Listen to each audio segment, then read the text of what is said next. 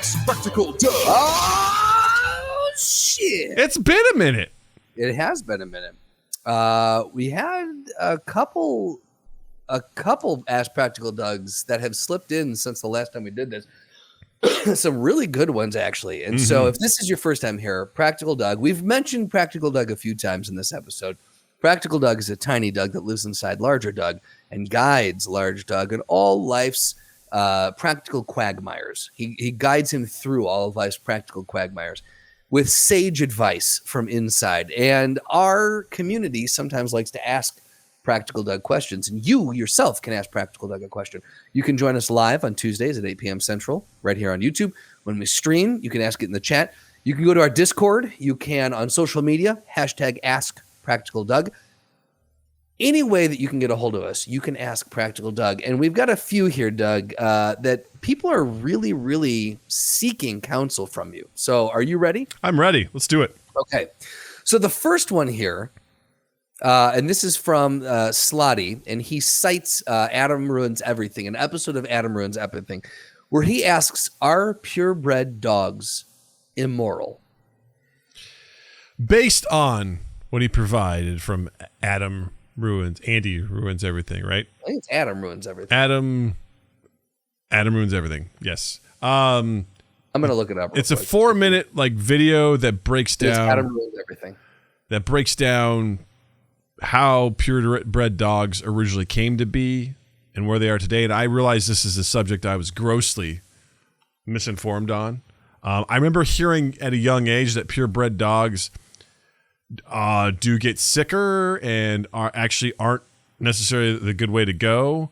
But the way he breaks this down is the fact that purebred dogs are incredibly inbred.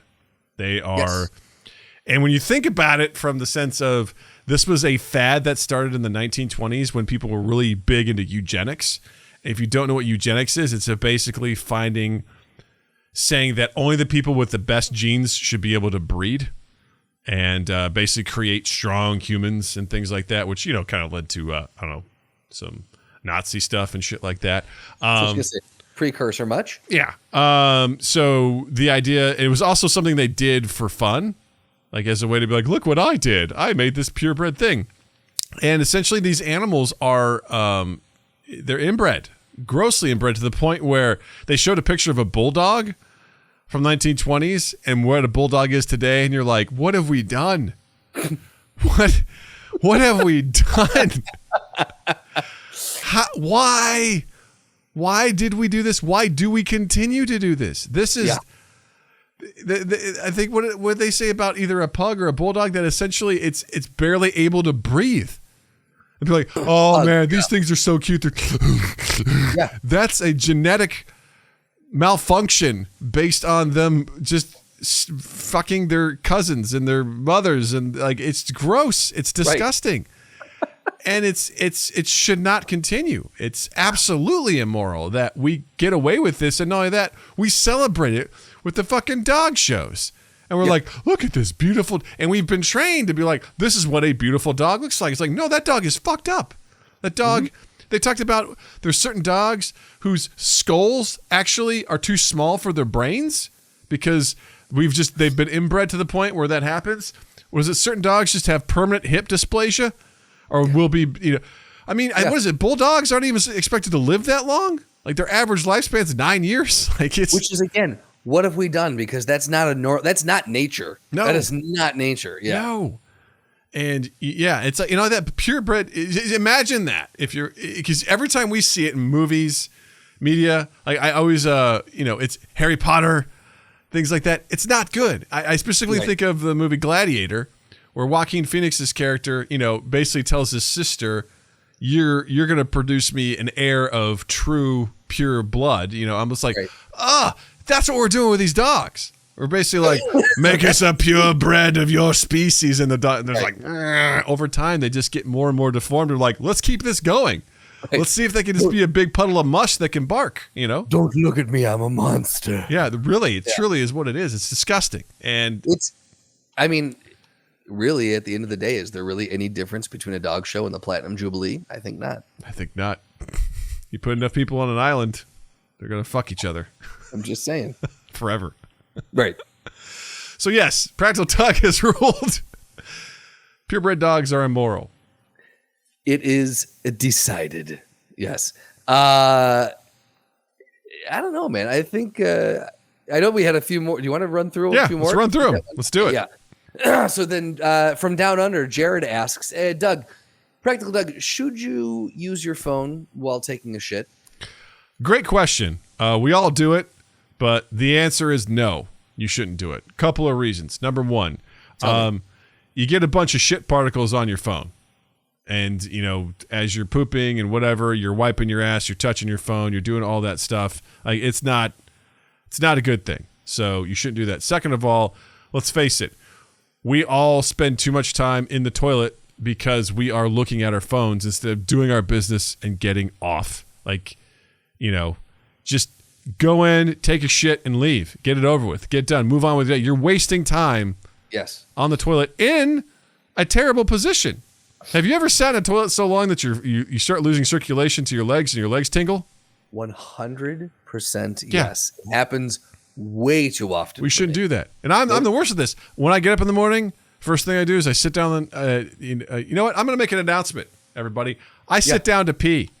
And let me tell you why. Oh, same. Let me tell you why. Same.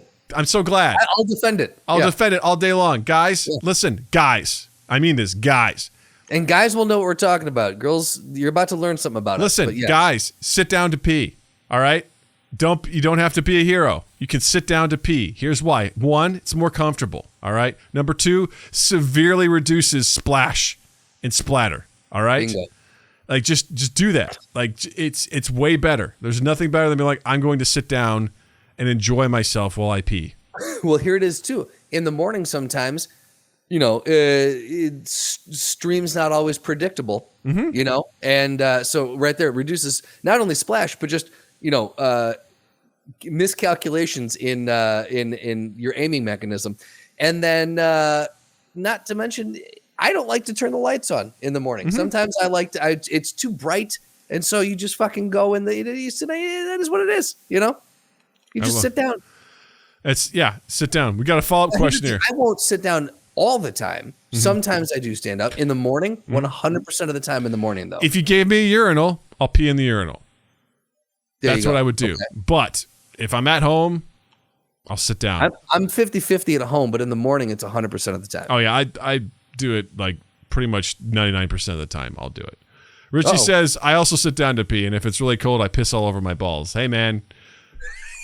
You do you, okay? Look, it also happens more the older we get, Richie. It's just going to happen. Yeah. So, yeah. JF Potty Plant, welcome to the show.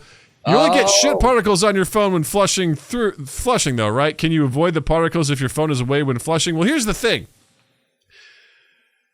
I think it's more than flushing because you're touching your phone, right? You're reading your phone. You're like, all right, I'm done now. I'm going to wipe my ass, right? Or I'm going to do... not with your phone. You didn't put it down in this. I put it in my pocket. Oh, got it. Okay. I was like, you put it away. Wait, but your pants are up here? I mean, I guess this is where my pocket is right now. Like, I'm like, so you put it in your pocket, right? You put it back down in your pocket. Think back to level C, object work. Fine, you're right. And it's not a phone; it's a phone, right? You put the phone down into your pocket, right? And so then you wipe your ass. You do what you're gonna do. Hopefully, you wash your hands, but you're still gonna touch it the whole time you're sitting there on the toilet. You're doing stuff like.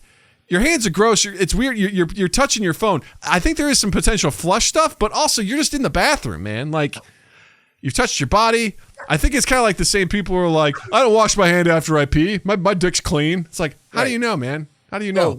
That person I told you about that I used to work with? Yeah. I washed my hands before, so it's good. I washed my hands before because I've been working everything. I take a shower in the morning, so my dick's clean. And so when I wash my hands before I go to the bathroom, and then when I leave, I heard that. I've never shook that person's hand again. Exactly. Why would you? It was like, that's disgusting.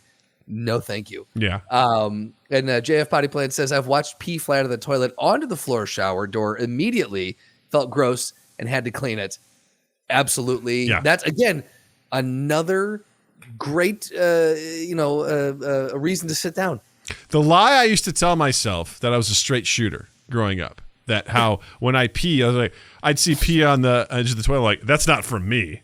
There's no way that's from me. I lived with my brother and my dad who are, my dad Animals. listen, I love my dad. My dad makes a goddamn mess.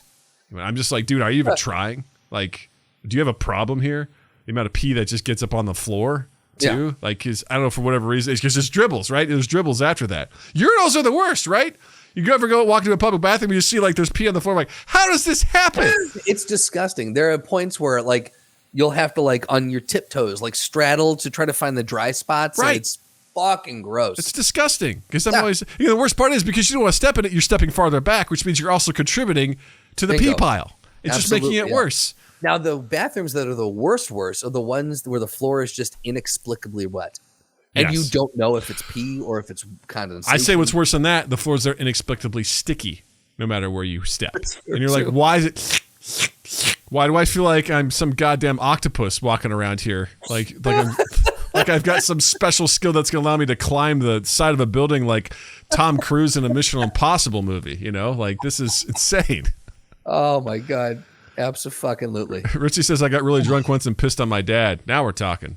Did you sit down, though? Yeah. Did you sit down to pee on him? Because that'd be kind. Yeah. Oh, my God. Oh, so, yes. Wonderful practical dogs. Don't use your phone while taking a shit. And also, sit down to pee. You're welcome. There you go. And that, you've heard it right out of the practical dog's mouth. Bada bing, bada boom. Ta-da! And it's done. Well, that was fun. I love this. I love that we're doing like one segment a week as opposed to putting them all in because they get the spotlight they deserve. So I like because we can do multiple ones too for Ask Practical Doug, which is great. So if you ever have Ask Practical Doug questions, hit us up on social media or drop them in the comments wherever. Just at MindGap Podcast. I will answer your questions practically, and I'll give you a good straight answer. Boom. Boom.